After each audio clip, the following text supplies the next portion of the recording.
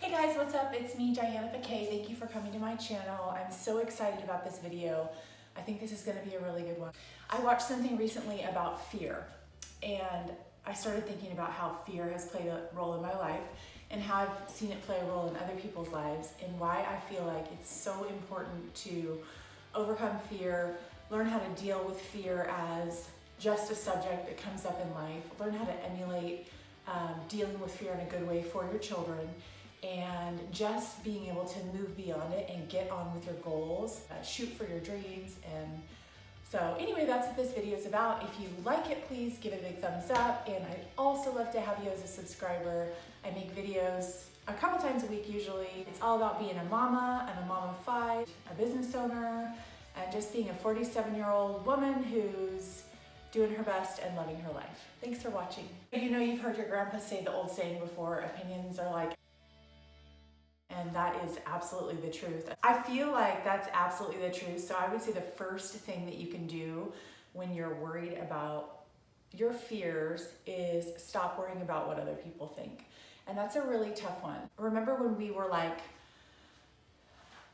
8, 9, 10, and those are kind of like those last free years. And I know this because I have a 12, 13, and 14-year-old girl. And to have watched them go from these little kids with like chunky little butts and a little gut, run around naked and just be free and not care and have tons of friends, to go from these people that are like spend so much time in the morning making sure their part is so correct. You just go through, when you go through adolescence, you go through that time where you're like, you're not comfortable, you're not sure of yourself, you're fearful. And that's a totally normal emotion to go through when you are going through adolescence and you're young. But as we grow, we really need to be able to like come up with thicker skin, believe in ourselves, and kind of get beyond that adolescent phase and really start having confidence in ourselves. So if you're confident in yourself, then you're much more likely to be able to consider the source and kind of put into perspective what people are saying about you and why they're saying it. I went through a big divorce, and I had like 98% support, and it was a really hard thing. It was a long fought battle, and it wasn't easy to admit to my family, my friends, my community, the staff that we had at our salons that was what was going on. I saw it as a really big failure, and it was not for lack of trying hard. It just didn't work out. So I would say like 98% of the people in my life were like, yeah, I get it. You know, it's hard. It happens to a lot of people. And I didn't feel judged, but there were a couple of ladies who basically were like, well, for religious reasons, I would just never divorce my husband, and I just love my kids so much, I could never do that to them. And I'm like, I love my kids too, you know, and it kind of crushed me, because it's like, you think I don't freaking love my kids? So I had to like step back and consider the source. I mean, these people had no idea what I was going through. And on top of that, they had great husbands. So they had these husbands that were there like at church setting stuff up and attentive to them and loving to their children and like around all the time. So I'm like, listen, if I was married to your husband, I'd still be married. And once I kind of got to that point where I'm like, she doesn't even know what she's talking about, it made it a lot easier to deal with people like that. So it's really important to consider the source.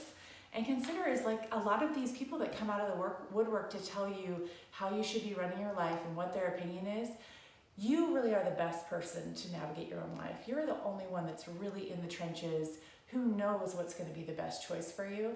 So to put your faith or your worries in somebody else is really just futile. It doesn't make any sense.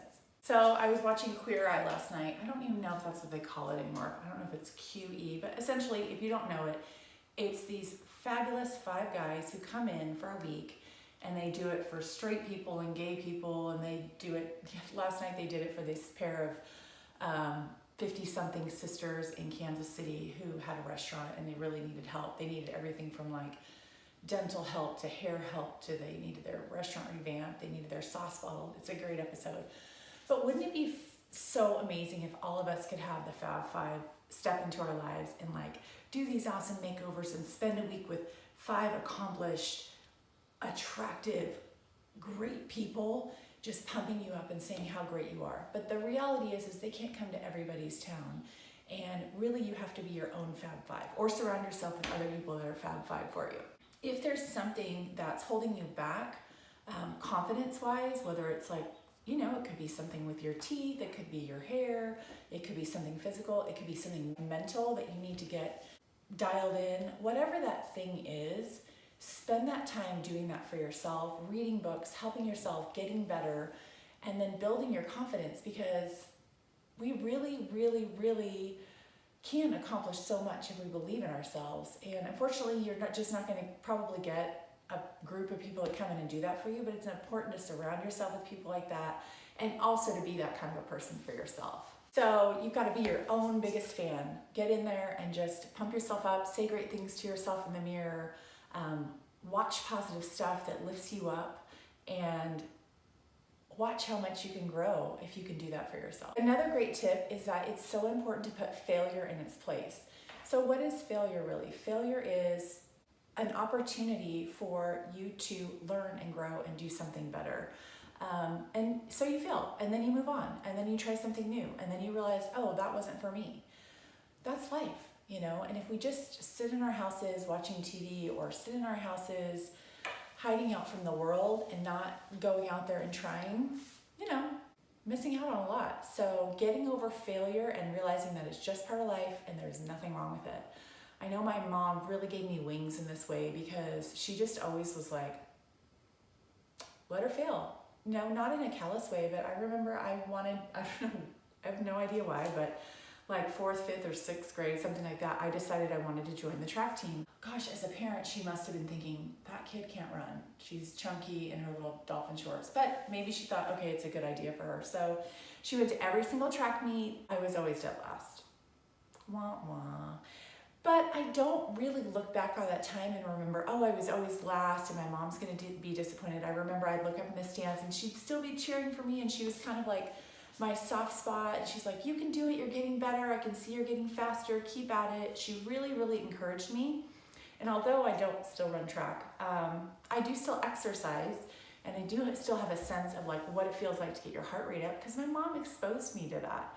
And another thing about the things that I remember about my mom is that my biggest memory from track is celebrating in the car with my mom and my sister, like literally playing Celebrate Good Times, like playing that song and going and getting an ice cream on the day that I was second to last. And I mean, you would have thought I won the gold medal. She made such a big deal of it. So those are the things I remember. And I guess you could call that a failure.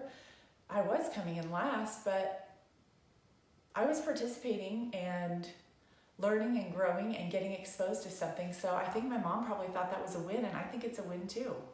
Another thing that my mom really cultivated in me was confidence, maybe a little overconfidence, but she was always that person that was like, and still is that person that's like, if I have a crazy idea, I go to my mom and I tell her, and we kind of like brainstorm about how we can make it happen. I mean, everything from crazy ass stuff. Like I remember later in high school, I was like, Mom, I think I'm going to start ballet, and I think I might take ballet at JC. I've been learning French, and I think I'm going to go over to France. And she's like, okay.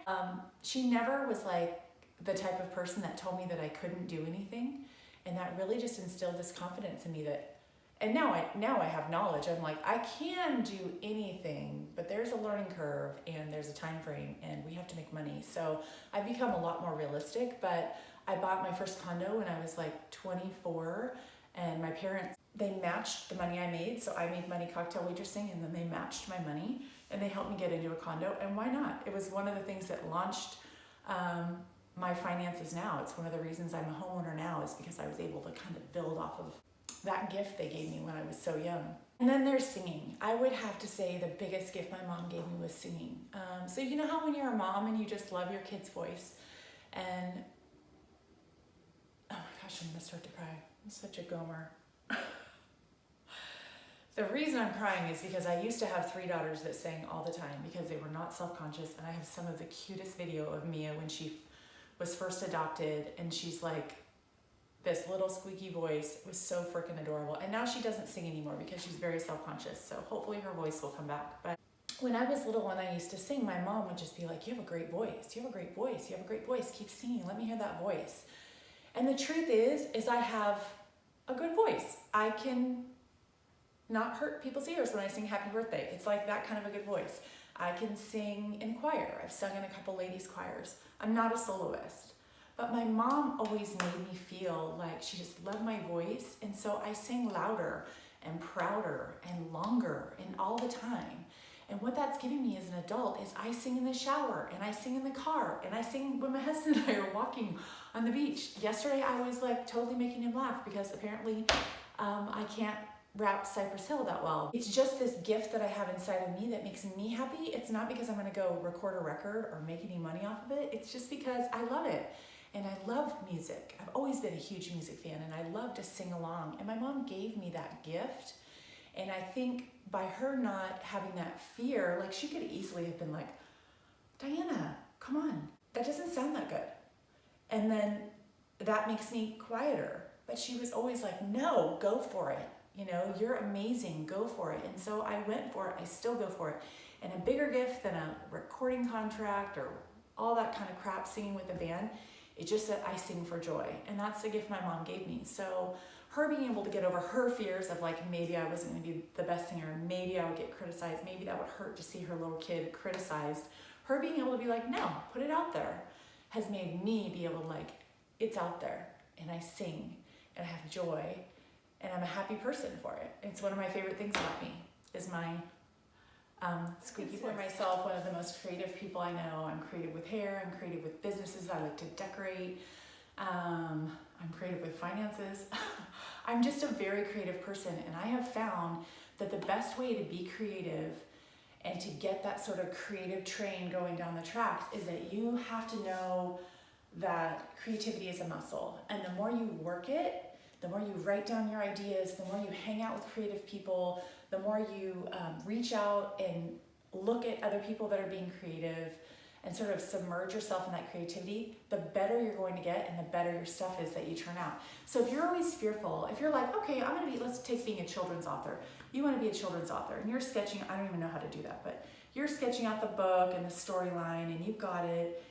If you're not turning that around, if you're not putting your fear aside and turning that around to someone who might know a publisher or who might just even have some good creative feedback for you, then you're stunting your own creativity, and that's how fear can get in the way. But if you're like, hey, this is what I want to do, and you start putting that out there, you're going to get the feedback that you need to help you be more creative. And that goes across the board for anything. I mean, I always had adoption on my heart. I don't know how, but I always wanted to adopt. And I failed a couple of times. We had 3 girls who moved in here and it did not work out. They had stuff going on with their biological parents still, and we had stuff going on, and it was a failure, and it was really, really hard. I had to take them back. The social workers weren't very happy with me, and it wasn't a fit for the girls, and it wasn't a fit for us, and it was really, really sad because they lived with me for like 4 or 5 months, and I put my heart and soul into it. It was a big failure. But on the other end of that, those girls went to live with a family that could keep just the 3 of them. They didn't have any other kids in the house. They got focused attention that they needed, and it ended up being a better situation for them anyway. And I felt like in some way, now I can look back and feel like I was some way instrumental in getting them to their right place. But at the time, it was like a big failure. But honestly, if I was just afraid, you never know what you're going to get with adoption. You never know this, you never know that. If I just was always afraid, I never would have gotten to the place where I got my Mia. And Mia is the most amazing addition to this family. She's added so much. She's so cool and creative and different and just an awesome person. It's been so fun watching her grow. And I've gotten to be an adoptive mother, which I always wanted to do. So by saying that and putting that out there and telling people, even when people told me they didn't think it was a good idea, even when people thought I shouldn't do it, it was what I wanted to do, and it was on my heart for whatever reason. And I'm so glad I had the guts to just keep pushing forward, because that kid is something else. This is another thing about failure that I wanted to squeak in there. Failure is part of growth, and here's why. I have failed at several things in my life, track being one of them, ballet being another one of them. But if you fail and you are able to get over your own fear and let your children fail a little, I'm not talking about letting them fail by walking out into a road when they're little. I'm talking about letting them fail by coming in last at track, letting them fail by signing up for a ballet class at a JC and realizing you don't have the body type and really ballet is going to just be recreational the rest of your life. Like those kind of failures are good for people because you want to know why. Now I know what it's like to have like a fist pumping victory where I'm like, I freaking killed that. I'm so good at that. And you don't know what you're good at until you've had the experience of being bad at something. So like the first time I started foils, like in my mom's kitchen, I'm like, I just learned this in beauty school. Oh my gosh, look at this. I'm freaking so good at this. I love this. You know, and that went on to take me through a 25-year career where I got to meet amazing people and live in a couple of different states and own 3+ salons, open side businesses off of those salons, and just like the people, the richness of my life because of that career.